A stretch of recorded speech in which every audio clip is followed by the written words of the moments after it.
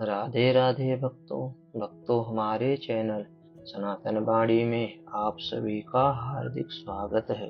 गोस्वामी श्री तुलसीदास जी के चरित्र में आज हम दिल्ली के बादशाह के साथ घटी घटना तथा श्री नाभाजी से भेंट की कथा का श्रवण करेंगे। गोस्वामी श्री तुलसीदास की महिमा सुनकर दिल्ली के बादशाह ने अपने सेनापतियों को काशी भेजा।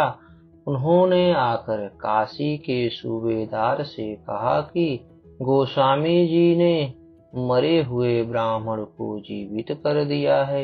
यह सुनकर बादशाह उनके दर्शन करना चाहते हैं। उन्हें आदर और सुख सुविधा पूर्वक ले जाया जाएगा।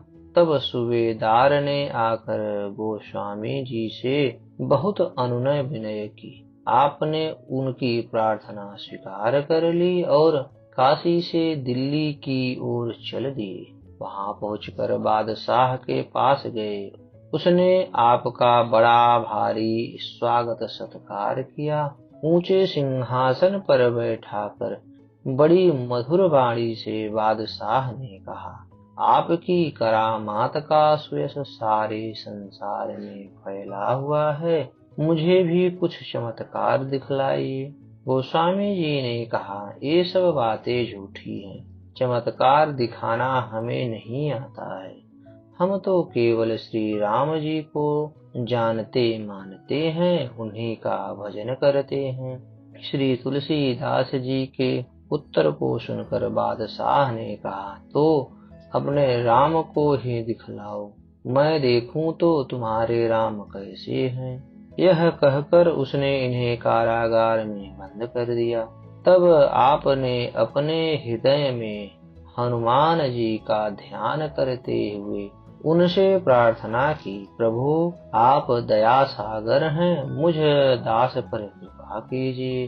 प्रार्थना करते ही उसी समय करोड़ों नए नए आकार प्रकार के रंग रूप वाले बानर प्रकट हो गए। नगर भर में सर्वत्र लोगों के शरीरों को नोचने खरोचने लगे। बेगमों के वस्त्रों को भी चीरने फाड़ने लगे। यह उपद्रव देखकर बादशाह की आंखें खुली। वह श्री तुलसीदास जी के पास आया और पैरों में गिरकर बोला, अब तो आप हमें प्राण दान दीजिए। आपके बचाने से ही हम लोग बचेंगे, नहीं तो नहीं। श्री गोसाई जी ने कहा, पहले आप थोड़ी सी करामात और देख लीजिए।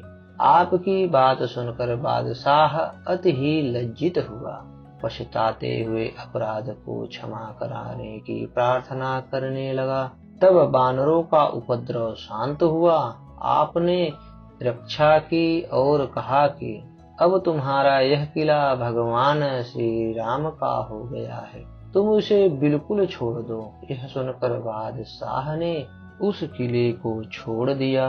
दूसरा नया किला नई दिल्ली बनाकर उसमें रहने लगा। गोस्वामी श्री तुलसीदास जी ने दिल्ली से प्रस्थान किया। पुनः वृंदावन में आकर आप श्री नाभाजी से मिले और बहुत प्रसन्न हुए।